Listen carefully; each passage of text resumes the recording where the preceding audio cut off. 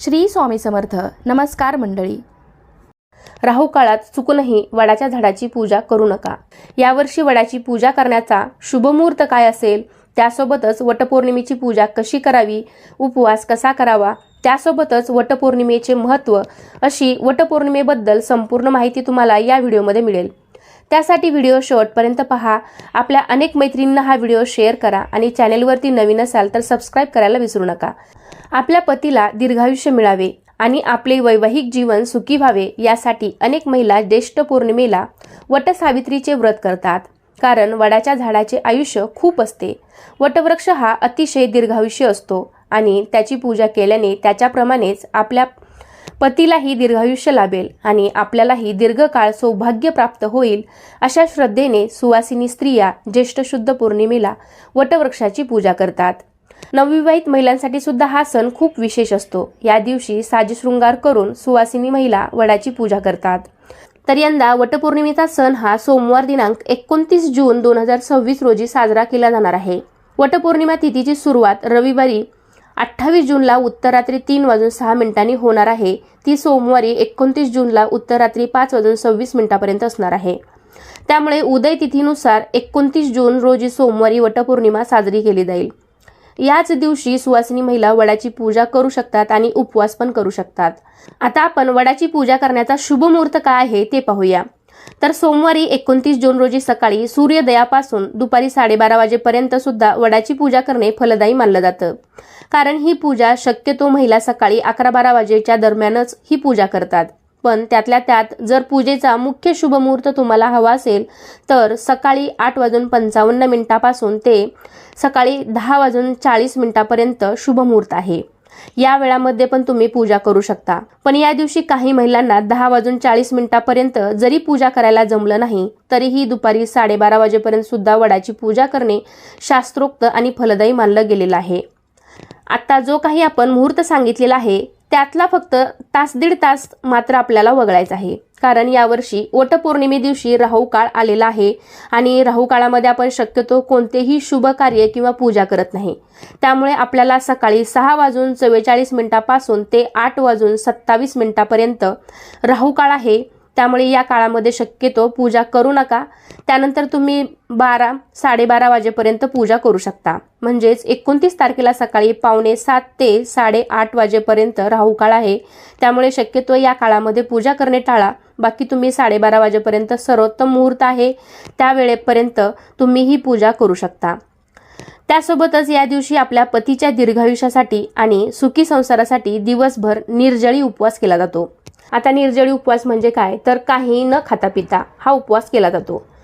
खरं तर हे त्रिरात्री व्रत असते. म्हणजे ज्येष्ठ शुद्ध त्रयोदशीपासून ते हे व्रत सुरू होते.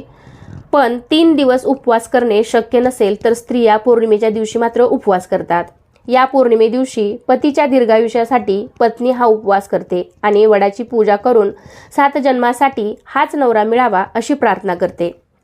बऱ्याच ठिकाणी स्त्रिया पौर्णिमे दिवशी दिवसभर उपवास करतात. पण काही ठिकाणी अशी पण पद्धत आहे की फक्त वडाची पूजा होईपर्यंतच उपवास ठेवला जातो.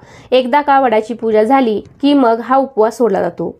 आमच्याकडेही अगदी अशीच पद्धत आहे. सकाळपासून म्हणजे सूर्योदयापासून आम्ही वडाची पूजा होईपर्यंत उपवास ठेवतो. तर या वेळामध्ये फलाहार तुम्ही करू शकता किंवा उपवासाचे पदार्थ खाऊ शकता. पण शक्यतो आम्ही सकाळपासून वडाची पूजा होईपर्यंत काहीही खात पित नाही आणि एकदा का मग वडाची पूजा झाली की त्यानंतर मग आपण उपवास सोडू शकतो. काही स्त्रिया सकाळी उपवास धरतात आणि संध्याकाळी सोडतात किंवा काही स्त्रिया पौर्णिमेचा दिवसभर उपवास करतात. तर जशी तुमच्या भागामध्ये पद्धत असेल त्यानुसार तुम्ही करू शकता. धार्मिक मान्यतेनुसार हे व्रत केल्याने पतीच्या सर्व अडचणी दूर होतात. वटसावित्रीच्या आख्यायिकेनुसार या व्रताच्या प्रभावामुळे सावित्री देवीचा पती सत्यवानाला मृत्यूची देवता यमराजाने जीवनदान दिले. याशिवाय हे व्रत ठेवल्याने वैवाहिक जीवनात येणाऱ्या संकटापासून येणाऱ्या समस्यापासूनही सुटका मिळते. त्यामुळे या दिवशी व्रत करण्याला अत्यंत महत्त्व आहे. या दिवशी सुवासिनी स्त्रियांनी आपल्या पतीसाठी व्रत ठेवले तर तोच पती त्यांना 7 जन्मासाठी मिळतो आणि सावित्री देवीची कृपा ही त्या जोडप्यावरती राहते, अशी धार्मिक श्रद्धा आहे. वटवृक्षाच्या खोडात विष्णू, मुळात ब्रह्मा आणि फांद्यात शिव विराजमान आहेत.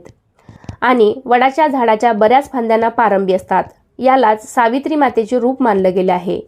त्यामुळे वटवृक्षाची पूजा केल्यामुळे आपल्याला इतर देवांचेही आशीर्वाद मिळतात असं मानलं जातं. मनातील इच्छा पूर्ण होतात. संतान प्राप्तीसाठी सुद्धा काही स्त्रिया वडाच्या झाडाची पूजा करतात. वडाच्या झाडाचे आयुष्य हे अखंड असते. ज्येष्ठ महिन्यातील पौर्णिमा तिथीला वटवृक्षाच्या सावलीत देवी सावित्रीने आपल्या पतीला पुनर्जीवन मिळवून दिले होते. या दिवसापासूनच वटवृक्षाची पूजा केली जाऊ लागली. थोडक्यात सांगायचं झालं तर ज्येष्ठ पौर्णिमेच्या दिवशी सौभाग्यवती स्त्रिया उपवास करतात, वटवृक्षाची पूजा करतात, एकमेकींना वाण देतात, ओटी भरतात, नंतर सावित्रीची कथा ऐकतात, पतीला दीर्घायुष्य मिळावे म्हणून प्रार्थना करतात. वडाची पूजा केल्यानंतर 7 जन्मासाठी हाच नवरा मिळावा ही प्रार्थना करून हे व्रत केल्याने वैवाहिक जीवनात येणाऱ्या अडचणीपासून सुटका मिळते. त्यामुळे हे व्रत पवित्रतेचे प्रतीक आहे असे मानले जाते. वटपौर्णिमेच्या दिवशी वडाच्या झाडाची पूजा करण्याला धार्मिक महत्त्व आहे. त्यामुळे वटपौर्णिमेच्या दिवशी सुवासिनी स्त्रियांनी सकाळी लवकर उठून स्वच्छ स्नान करून आपली रोजची देवपूजा करावी. त्यानंतर व्रत करावे. त्यानंतर तुम्ही वडाच्या झाडाची पूजेची तयारी करू शकता.